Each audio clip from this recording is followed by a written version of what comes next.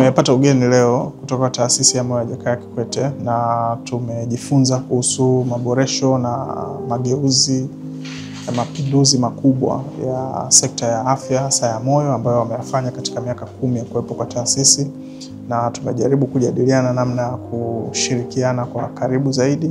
Moja, kutumia huduma ambazo wao wanazifanya ambazo ni za kisasa kabisa duniani, kuonyesha kwamba mtu yote anayekuja kuwekeza nchini Tanzania, huduma za afya na zenyewe ni moja ya kivutio cha uwekezaji, lakini pia kuangalia namna gani pia taasisi zetu mbili zinaweza zikashirikiana kwa karibu kuhamasisha uwekezaji kwenye sekta ya afya, lakini pia kwenye maeneo yetu sisi ya maeneo maalum ya kiuchumi.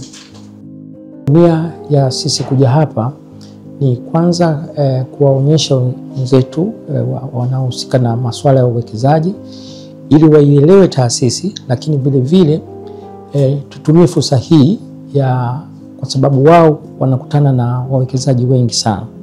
Na wawekezaji wanakuja kwa nia mbili. Moja, wanataka kuona vivutio vilivyopo katika nchi.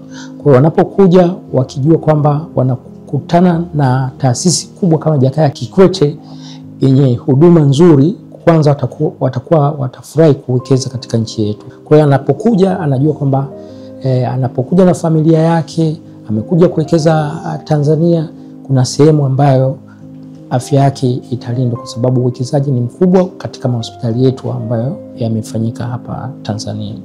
Lakini cha pili, kuna wengine wangependa vile vile kuwekeza kwenye masuala ya afya.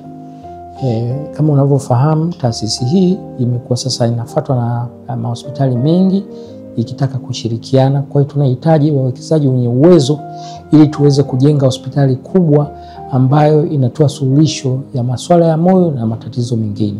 Kwa hiyo tutawaomba watusaidie kutafuta wawekezaji ili tuweze kushirikiana nao, na hii itakuwa na faida kwa wananchi wote. Asante sana.